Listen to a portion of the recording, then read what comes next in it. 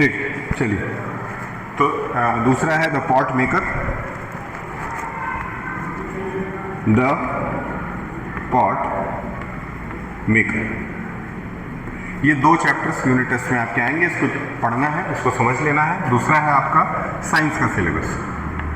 Science में आपकी नई वाली बुक से, जो भी पुराने किताब से टीचर्स ने पढ़ाई है, अच्छी बात है जो भी उन्होंने पढ़ाया है, लेकिन इसका जो फर्स्ट चैप्टर है वो आएगा। अगर सर ने पहला चैप्टर इससे पढ़ा दिया था तो बहुत अच्छी बात है। चैप्टर का नाम है exploration entering the world of secondary science. नोट कर लीजिएगा, क्या नाम है? Exploration entering the world of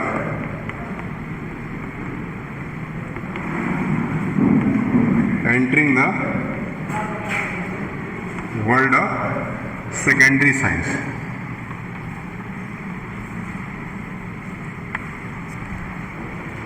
clear है? Entering the world of secondary science. कोई दिक्कत? जिन बच्चों के अभी तक के ड्यूज क्लियर है उनको आज एडमिट कार्ड और उनका टाइम टेबल भी मिल जाएगा फर्स्ट यूनिट टेस्ट का। ये दो चैप्टर्स, ये आपको साइंस में सिर्फ एक चैप्टर दे रहा हूं, एक चैप्टर से 50 एमसीक्यू। ठीक, मतलब ये है कि चैप्टर के बीच में से सारे क्वेश्चंस आएंगे, चैप्टर के बीच में से सारे क्वेश्चंस आएंगे, तो चैप्टर रीड करना बहुत जरूरी है। Without reading you can't solve anything. ये सिर्फ इसीलिए मैंने किया है इस बार कि पहले हो जाता था रिवीजन, रिवीजन में कुछ क्वेश्चंस बच्चों को दे दिए जाते थे और बच्चे उसको रटते थे, रट करके आकर के वही यहाँ पे लिखवा दिया जाता था। ठीक, इससे उनका पर्सनल कोई ग्रोथ नहीं होता था। हमारे यहाँ क्लास 6, क्लास 7 के बच्चे, कई बच्चों को मैंने देखा है कि वो रीडिंग करते हैं तो कर नहीं पाते हैं। क्यों? पढ़ने की आदत ही नहीं है। लेकिन जब आपके बीच से क्वेश्चन आएंगे तो आपको मजबूरन बस पढ़ना पड़ेगा, क्योंकि 50 सवाल है, मतलब हर एक पेज से। ये पेज मैंने स्कैन किया, उठा करके दे दिया उसको। अब उस एक पेज से वो बनाएगा कम से कम इतनी दूर से 10 एमसीक्यू बनाएगा। तैयारी करने का तरीका ये है कि आपको इसको एक बार खुद से पढ़ लेना है। एक बार खुद से पढ़ने के बाद आपको सीधे किसी एआई को ये पूरा चैप्टर दे देना है और कह देना है कि भैया मुझे 200 एमसीक्यू बना के दे दो। इससे 200 वो बना के दे देगा, उसको एक बार पढ़ लीजिए, उसके आंसर्स देख लीजिए। एक बार अगर आप 200 इसके एमसीक्यू देख गए तो हम तो 50 पूछ रहे हैं ना आपसे, 50 तो आराम से कर लेंगे, कोई बड़ी चीज़ नहीं है। इससे आपको रीडिंग हैबिट डेवलप होगा। लेकिन डायरेक्ट कूद करके एमसीक्यू देखने जाएंगे तो फिर कुछ नहीं हो पाएगा। कुछ बच्चे डायरेक्ट स्कैन करेंगे, सोचेंगे एमसीक्यू निकाल दें, उसको खेल ले। नहीं, पहले पढ़िए तब करिए। पहला chapter how I taught my grand mother, क्या आपने पढ़ा है? क्या ये चैप्टर आपने पढ़ा है? ये चैप्टर आपने पढ़ा नहीं है, ठीक। लेकिन साइंस वाला पहला चैप्टर आपने पढ़ा है? साइंस वाला भी पहला चैप्टर आपने नहीं पढ़ा है? अच्छा, ठीक है, चलिए। क्योंकि साइंस में आपको बेसिक है, इसलिए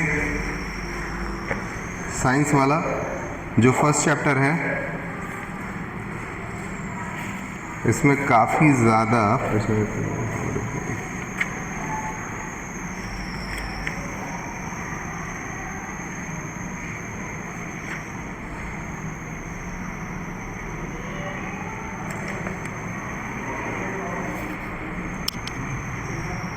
साइंस का आपको कौन सा चैप्टर पढ़ाया गया था?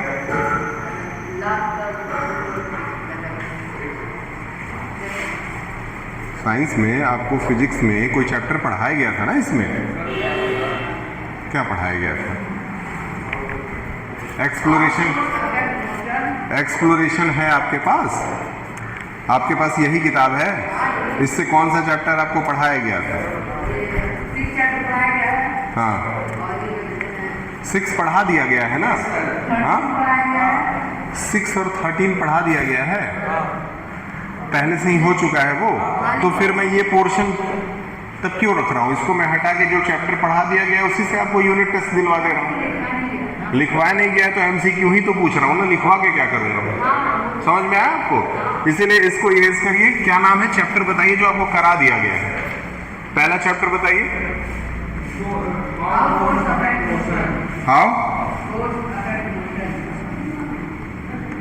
हाउ फोर्स अफेक्ट मोशन, ठीक। और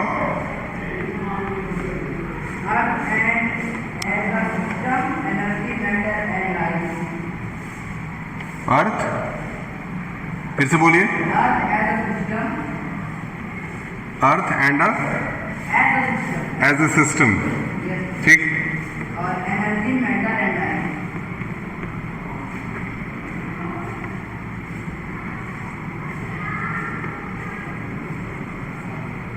एनर्जी, मैटर एंड लाइफ। ठीक, तो कुल मिला जुला करके ये 2 चैप्टर आपको तैयार करने हैं। इन्हीं दोनों चैप्टर से मिला करके मान के चलिए 25 हिस्से 50 सवाल बनेंगे। तब हम वो चैप्टर रिमूव कर दे रहे हैं, उसको आप इरेज कर दीजिएगा, याद रहेगा। ठीक, पढ़ाया गया लेकिन उस समय अगर बुक नहीं था तो सर मोबाइल से बस समझा देते थे तो उसका रिवीजन करा देंगे, यही ना। ठीक, सबसे पहले जो चीज़ ज़रूरी है वो हमारे लिए वो है how I taught my grand mother, जिसके बारे में आप लोगों ने अभी तक कुछ पढ़ा नहीं है। ठीक, इसका एक बेसिक समरी टाइप का लेंगे, समझेंगे इसको।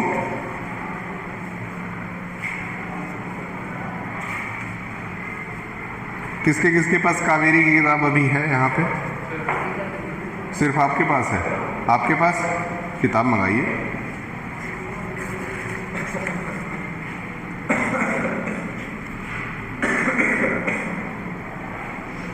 ठीक है, डायरी अभी आपको तुरंत दिला दे रहे हैं।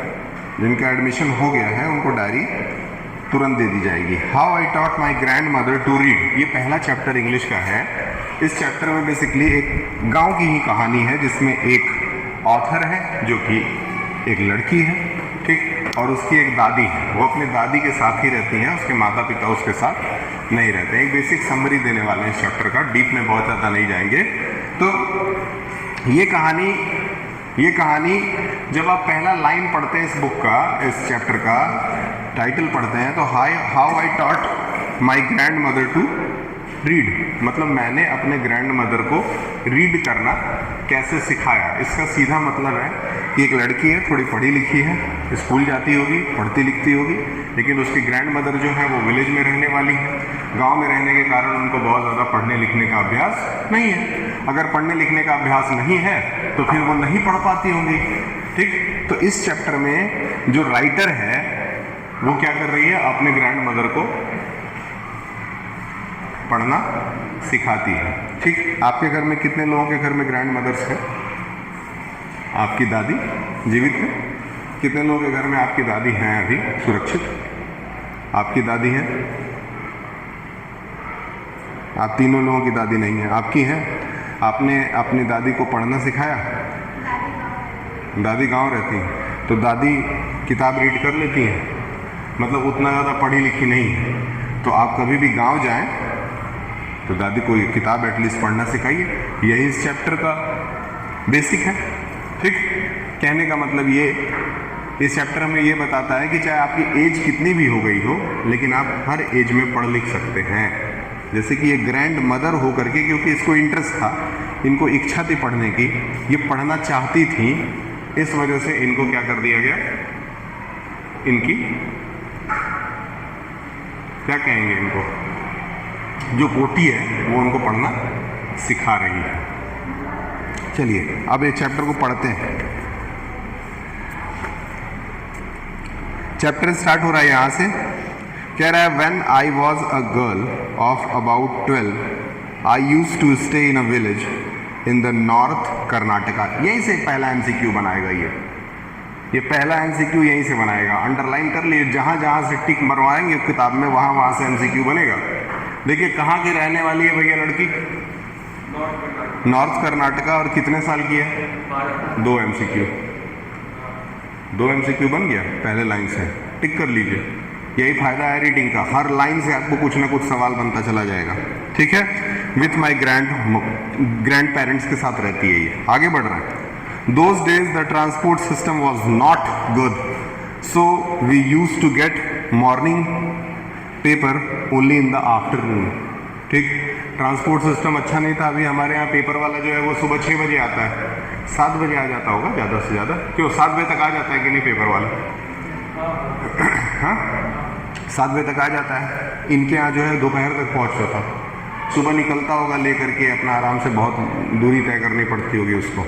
सही है, आगे निकलते हैं। The weekly magazine use to come one day late, एक दिन लेट आता था वीकली मैगजीन। एक वीकली मैगजीन होता है जो हफ्ते में एक बार आता है, ठीक है, हफ्ते में एक ही बार वो छपता है। संडे को वो हर संडे को आपको मिल जाता है।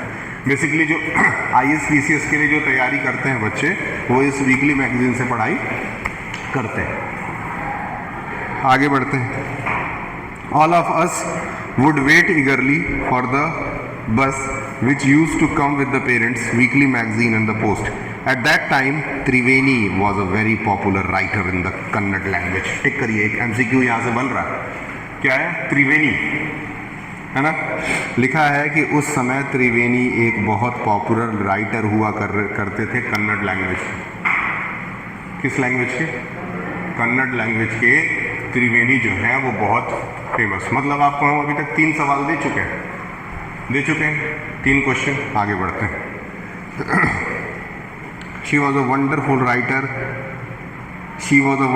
Writer, her style was easy to read and very convincing.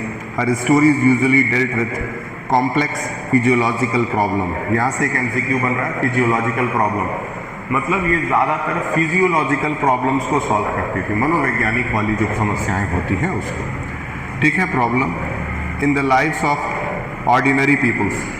Ordinary मतलब क्या होता है? सामान्य आदमी। हम लोग सामान्य आदमी हैं। आपकी डायरी आ गई है, ले लीजिए। कौन सी क्लास? 7 ये 9th है। मोहम्मद असलम 9th पूरी, अंशिका राजवीर गुप्ता, ब्रजेश कृष्णा, अर्पिता साहनी, अनुष्का साहनी, स्वामी, अंशिका निषाद। स्वामी है इसमें? कहाँ है?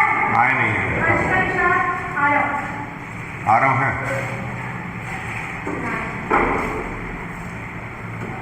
इनका एडमिशन नहीं हुआ है क्या? ये तो कह रहे हैं हो गया है। कृष्णा बोले तो है ना? कृष्णा का हो गया है, तो खड़े हो करके ले लो। और आपका? नहीं सर। इन दोनों, आपका भी नहीं हुआ है। क्या नाम है? नंदनी हो गया। नूरजहां नंदनी तो नाम होगी। लिखा है नंदनी, ठीक।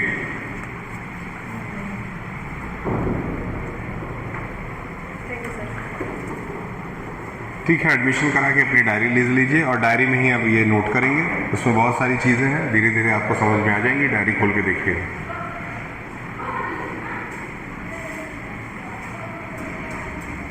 ठीक है, हम लोग आगे बढ़ते हैं। Unfortunately for Kannada literature she died very young. Triveni का जो डेथ है बहुत पहले, कम उम्र में ही हो गया।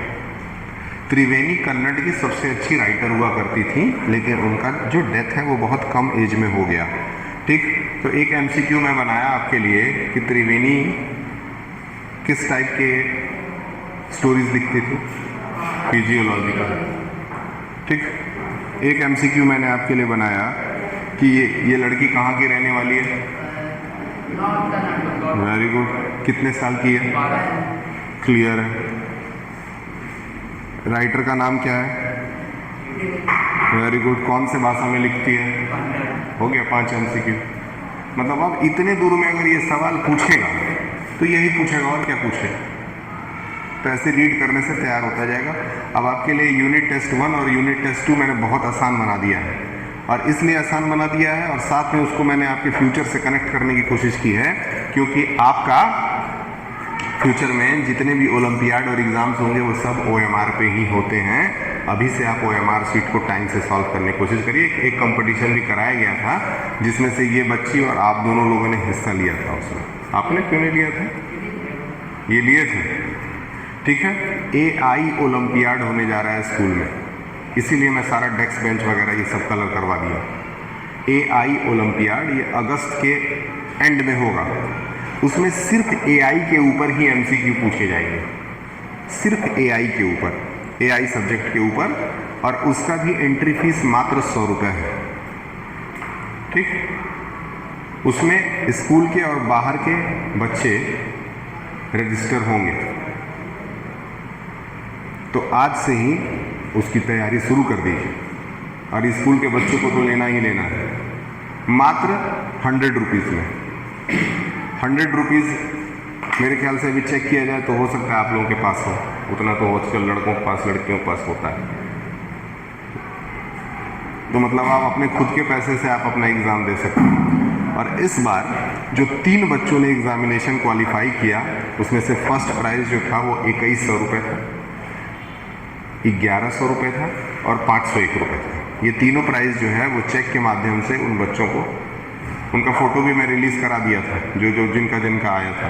परसेंटेज वाइज निकाला गया है, नंबर जोड़ करके सबका परसेंटेज। तो परसेंटेज जिन 3 बच्चों का सबसे ऊपर आया है, 3 कैटेगरी में बांट करके, एक सीनियर कैटेगरी, एक मिडिल कैटेगरी और एक सबसे बच्चों वाला कैटेगरी। तीनों में सबसे हाई परसेंटेज वाले बच्चों को प्राइज़ दिया गया है। उम्मीद करते हैं कि आप भी फ्यूचर में इसके लिए तैयार होंगे। तो आप लोग AI वाला एग्जामिनेशन ज़रूर दे दीजिएगा, क्योंकि AI का युग चल रहा है और ये अगस्त में हम लेने वाले हैं। 1.5 महीना अभी हमारा रजिस्ट्रेशन चलेगा आज से। तो आज ही जाकर के आप फॉर्म लेकर रजिस्टर कर सकते हैं। अपना आपको देना क्या होगा, एक फ़ोटो देना होगा और फ़ोटो के साथ आपको आधार कार्ड देना होगा। आधार कार्ड से लिंक हो जाएगा, तो आधार कार्ड से ही लिंक हो जाएगा और उसी पे आपका रिजल्ट का मैसेज चला जाएगा आधार से लिंक करके। चलिए आगे बढ़ते हैं, ध्यान में रखिएगा। अब क्या है, one of our novel called Kashi यात्रा, बहुत इंपॉर्टेंट है। उन्होंने एक नोवेल लिखा जिसका नाम क्या था, Kashi Yatra. Was appearing as a serial in Kannada weekly